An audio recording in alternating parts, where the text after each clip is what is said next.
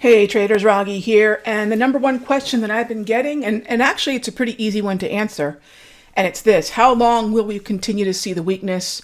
Or another way of looking at it when it comes to day trading and directional bias, which is the root of everything that I do, that I teach, the strategies that I develop.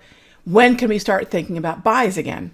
So the buys will continue to be the lower probability of the trades, as tempting as it is to try to find some sort of oversold low. I'll talk about the tool that I use to determine that and the level that I'll look at. But right now, because we are below both, so take a look at what we're below. And I do this every day with the members, and we've talked about it even in the free videos. These two volume weighted average price levels, that rolling 10-day and the anchored to the first of the month, VWAPs, those two VWAPs. Now we got out of the vice grip, which was happening through here. Now through here, you might recall there were some days the longs worked, some days the shorts worked, but that was that small window of two-way trading that I talked about in last week's free video. So we can go check that out. Once we break down through the anchored to the first of the month volume weighted average price, and by the way, we only did that on the S&P yesterday. So if you're wondering, well, should I have been looking to the short side as a day trader all week long, all last week? Not really. I think you could have been a two-way trader, looking at longs at the bottom of the range, looking at shorts in the top.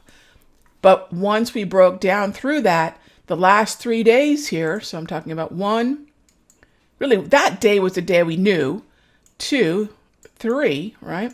Once we've got, and really you can even call yesterday the first official day, but now there's no question about it. Yesterday, there's no question about it. We've got to be focused on the short side of the market. And as tempting as it is to want to look for the longs, we can't do it. Now, another thing, and I'll dive more into this in the premium video, but we never took the pattern out that would allow me to look at the long side of this market, as tempting again as it is. Until that pattern confirms itself, we never saw that opportunity. So we still have to stick with where the VWAPs are telling us to go, and that's we're going to continue to see lower lows. Because we're in chop, however, we're not in a downtrend. So before everyone says, oh my gosh, this is the beginning of a downtrend. Gang, remember, we've seen, sell-offs. Look at that sell-off there. We've seen sell-offs of this magnitude. This is not the first sell-off we've seen, right? It's just happening more.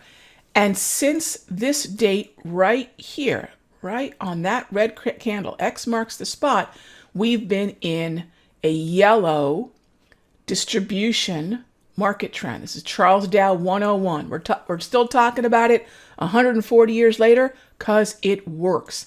In yellow markets, I'm going to switch to a different indicator set. Now, many of you are probably very, very familiar with this. This is the simpler ready, aim, fire, developed by one of our traders here, Mr. David Starr. Now, when the market goes yellow, I will use a oscillating indicator. It can be a slow stochastic. You might say, well, Rog, I don't have ready, aim, fire. That's all right. You can just substitute for now. It's not a like for like substitute. I do believe the ready, aim, fire is better, but use a slow stochastic, a 21K 3D slow stochastic. That's what this is representing right here. You can pull that up on darn near any platform, okay? And if you've got the ready, aim, fire, put it to use. How much more could we see the market sell off? Gang, there's a little bit more before we get down to a level where the ready, aim, fire says it's time to look for that oversold exhaustion within the context of a distribution market. That's going to line up actually really, really well with this Darvis level of support, which was this prior low and minor low right here. So there's my previous minor low. And this is our 200 period exponential moving average. And we have the 3,200 major psychological level. I think there could be some magnetic, 3,200 levels, 200 period exponentials. There's a certain amount of gravitational pull. All right. So I think we could start to edge down towards that level.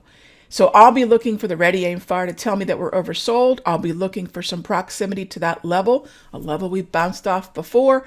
And that's when I can start to think about maybe a longer term bounce where I'll be looking for the same pattern that I was looking for after Monday's sell-off, which, by the way, never came. We did get that pattern, I want to mention, to work back in here. And I'll talk about that pattern in the premium video.